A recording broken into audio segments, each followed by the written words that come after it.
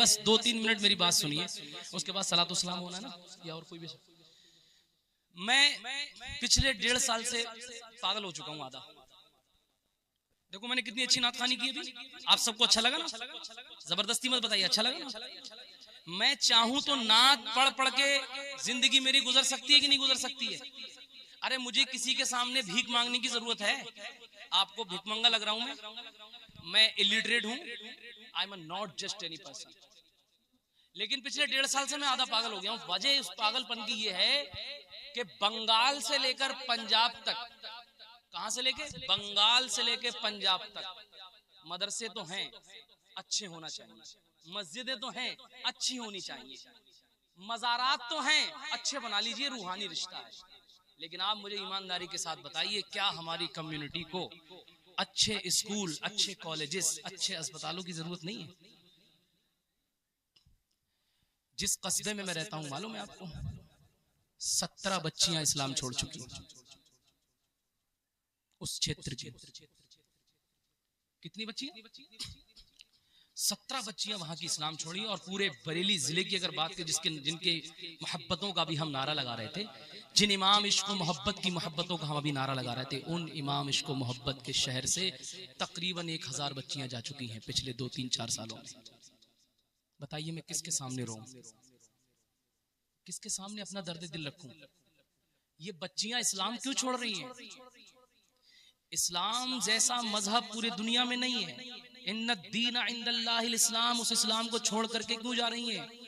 हमने तो देखा है कि जब कोई इस्लाम से मोहब्बत करता है, कोई हुजूर से मोहब्बत करता है, तो फांसी के तख्त पे चढ़ जाता है, लेकिन इस्लाम से बगावत नहीं करता। लेकिन आज हमारी फूल जैसी बच्चियां क्यों इस्लाम छोड़ रही हैं? सबसे पहली वजह यह है कि हम थियोरिकल बड़े मजबूत हैं, सुभान अल्लाह माशाअल्लाह सुनते हैं, बहुत कुछ करते हैं, लेकिन जब बात प्रैक्टिकल की आती है, जब बात अमल करने की आती है, तो हमारे दामन इस्लाम से खाली होते हैं, हमारे दामन हुजूर की सुन्नतों से खाली होते हैं। आप जरा जायजा लीजिए अपने घर का। तुम्हारा बच्चा इंग्लिश अच्छी जानता है, मैथ अच्छा जानता है, जानना चाहिए, इंग्लिश बेहतरीन होनी चाहिए, मैथमेटिक्स अच्छा होना चाहिए, लेकिन ऐसा मैथ नहीं चाहिए कि जो मैथ हमें हुजूर की मोहब्बत कमजोर कर दे। ऐसा मैथ नहीं चाहिए, ऐसी इंग्लिश नहीं चाहिए जिसमें हुजूर की मोहब्बत निकल जाए। ऐसा स्कूल भी नहीं चाहिए जहां पे हुजूर के बारे में न बताया जाता हो। आप बताइए, आपका बच्चा अगयार के, उनकी गलती नहीं है भाई, वो तो अपना काम कर रहे हैं, हमारे मुल्की भाई हैं, वो अपना काम कर रहे हैं। उन्होंने 40-50 साल पहले स्कूल बनाए और अपने बच्चों को पढ़ाया, आईएएस बनाया, पीसीएस बनाया, इंजीनियर बनाया, डीएम बनाया, एसडीएम बनाया, आज बड़ी बड़ी पोस्टों पे वो लोग काम कर रहे हैं। हमने क्या किया? जेसीबी खरीदने वाले लोग हम, भट्टे खरीदने वाले लोग हम, शादी हॉल बनाने वाले लोग हम, बड़ी बड़ी फैक्ट्रियां कायम करने वाले हम। क्या बिजनेस मॉडल पर स्कूल नहीं बनाए जा सकते? अगर बड़े बड़े बिजनेसमैनों ने, बड़े बड़े अमीरों ने कॉलेज बनाए होते, सुन लो मेरी बात यार चंद मिनट, फिर तुम पता नहीं, हो सकता है मेरी जिंदगी का ये आखिरी प्रोग्राम हो सकता है आपकी जिंदगी का भी आखिरी प्रोग्राम हो सकता है हम लास्ट मर्तबा हुजूर को याद करते हो सकता है कल हमारे इंतकाल हो जाए। सुनिए मेरी बात गौर से, अगर बस्ती के कौम के अमीरों ने ये 40 साल पहले कर लिया होता ना, तो आज ये फूल जैसी 10 लाख बच्चियां, जो लाख बच्चियों पर नौबत आ रही है, इन बच्चियों का ईमान बच जाता। मुझे बताइए, जान की ज्यादा कीमत है या ईमान की ज्यादा कीमत है? जान बचाना ज्यादा जरूरी है या ईमान बचाना ज्यादा जरूरी है? तो फिलिस्तीन के लिए क्यों रो रहे हो आप? फिलिस्तीन के लिए आंसू क्यों बहा रहे हैं आप? फिलिस्तीन वालों का ईमान जा रहा है, ईमान गया नहीं, उनका ईमान नहीं गया है, उन फिलिस्तीन वालों की जान गई है। और बताओ, उन्होंने हंसते हंसते जान दे दी है, लेकिन मोहम्मद रसूलुल्लाह के दीन से बगावत नहीं की है। फिक्र करो अपनी बच्चियों की, आप फिक्र करो अपने बच्चों की। ये नन्हे नन्हे जो फूल बैठे हैं, वो छोटी छोटी उधर जो बच्चियां बैठी हैं, फिक्र करो कि इनका आने वाला मुस्तकबिल जो है, जो आने वाला जो एक तरफ वक्त है, वो किस तरीके का आएगा, कौन सा हिंदुस्तान होगा, कैसा माहौल होगा, वो हम किस तरीके से क्रिएट कर सकते हैं। अगर आज भी हमने आंखें न खोली, अपने पैसे को सही डायरेक्शन में खर्च नहीं किया, तो याद रखना आने वाला वक्त बड़ा भयानक है। ये नस्लें हमें माफ नहीं करेंगी। आज हम रो रहे हैं ना, आज हम रो रहे हैं इसलिए कि हमारे बड़ों ने कॉलेज नहीं बनाए, यही तो कह रहे हैं हम।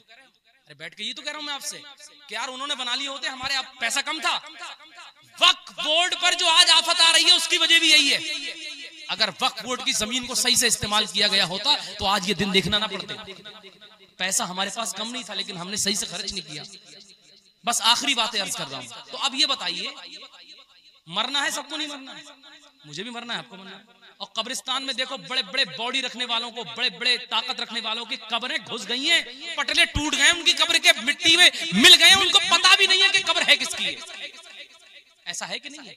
आप जाते हो कब्रिस्तान, यही हाल हमारा तुम्हारा होना है। सब भूल जाएंगे अगर ईमान न बच सका 60-70 साल में, 50 साल में आपने ईमान नहीं बचाया, तो राशिद रजा मरकजी को भी लोग भूल जाएंगे। कौन राशिद रजा मरकजी? बड़े बड़े सेलिब्रिटी को पसे नामवर बजेरे जमी उफ्ता अंध के कज हस्ती यश निशान अमानत। शेख सादी कहते हैं कि बड़े बड़े नामवरों को जमीन खा गई है, उनकी हस्ती के निशान भी बाकी नहीं है। एक बच्ची का ईमान छिलता है, वो बाप रोता है, आकर के गिड़गिड़ाता है, बोली अगर वो बच्ची कयामत के दिन मौला की बारगाह में खड़ी हो गई कि परवरदिगार मेरा तो ईमान चला गया, मैं तो मुर्तद्दा हो गई, मैं तो काफिरों के साथ चली गई, लेकिन मेरे ईमान जाने में सबसे ज्यादा मुजरिम मेरा बाप है, इसने मेरी तरबियत का इंतजाम नहीं किया। मेरा भाई है, इसने मेरी तरबियत का इंतजाम नहीं किया। मेरे बस्ती का अमीर है, उसने कोठी तो बनाई, उसने बैंक बैलेंस तो इकट्ठा किया, उसने रियाकारी में बहुत बड़े बड़े फंक्शन शादियां तो महंगी की, लेकिन उसने मेरी तरबियत का इंतजाम नहीं किया। बताओ रब की बारगाह में कौन माई का लाल जवाब देगा? है कोई माई का लाल जो रब की बारगाह में इन सवालों के जवाब दे दे? इसलिए मैं आपके हाथ जोड़ रहा हूं। सरकार मुफ्ती आजम हिंद के कदमों में बैठा मैं अब से 1.5 साल पहले, और मैंने कहा मेरे कस्बे में तकरीबन 34 स्कूल हैं, 34 स्कूल हैं, लेकिन उसमें इस्लाम अच्छे से नहीं पढ़ाया जाता। मैंने अहद किया, सरकार मुफ्ती आजम करम कर दीजिए, मेरे ऊपर करम कर दीजिए, ये गुनहगार बंदा कुछ काम करना चाहता है। मालूम है इस कमजोर से मौलाना ने 400 से ज्यादा मस्जिदों में भीख मांगी है। आपको भीख मांगने वाला लगता हूं मैं? 400 से ज्यादा मस्जिदों में मैंने दामन फैलाया, और 5 बीघा जमीन ऑन हाईवे 2.5 करोड़ रुपए की अल्हम्दुलिल्लाह मैं खरीद चुका हूं। अब नहीं बोलेंगे आप सुभान अल्लाह। ये पैसे मिलना बहुत आसान है नात पढ़ने में, नात पढ़ दिया, झुमा दिया, फटाफट नोट निकल आते हैं, लेकिन दीन के नाम पर अगर 10 रुपए भी कोई देता है ना, मैं जानता हूं, मैंने 400 मस्जिदों में बोला है तो 400 घंटे तकरीबन तकरीर की होगी। यही कैफियत के साथ बोलता हूं मैं। ये सब अल्लाह के करम की बात है। आप ये दुआ करिए कि अल्लाह ताला इस मौलाना को नेक बना दे। ये जो मौलाना चीख रहा है बोल बोल के आपके